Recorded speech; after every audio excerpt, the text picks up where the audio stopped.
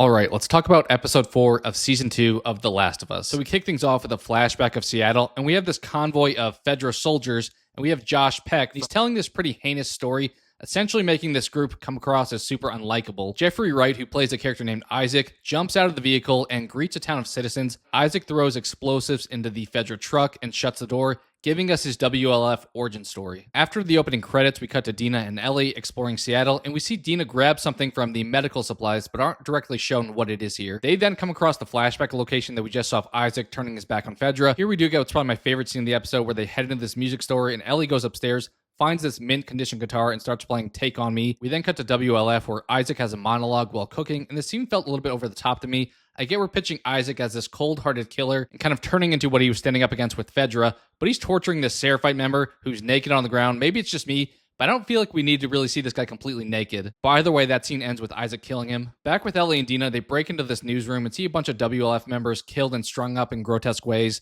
Once again, kind of showing us the conflict going on between the WLF and the Seraphites. Members of WLF show up here, and we get a scene that I don't totally buy. This big WLF soldier gets jumped on and choked by Ellie in the back. I'm not really sure I fully believe this version of Ellie is capable of this, so it didn't quite work for me. But we have Dina come in and shoot some other guy and have Ellie stab the guy in the neck that she was holding onto, and they wind up both running off. They wind up squirming through these small holes, but they still have their backpacks on. Maybe that's a little bit overanalyzing, but it feels like for them to fit through, they probably should have taken the bags off and pushed them in front of them. On the other side, WLF soldiers wind up entering the subway, and we get the second scene that I do think worked for this episode, with the infected rushing into the subway to attack WLF, while Ellie and Dina are racing through the subway cars trying to evade the horde. After escaping through the train, they wind up heading upstairs, and Ellie pushes through the turnstile. Somehow, Ellie got through on her own pretty quickly. And then with Dina behind her, they're both pushing it, but they're struggling to get Dina through there. Obviously, the point of the scene is to have an infected chase after Dina there, and then Ellie puts her arm in front and gets bit in her arm. They then wind up running into a nearby building, and Dina is clearly on edge here. And I don't really get why it takes so long for Ellie to explain that she's immune.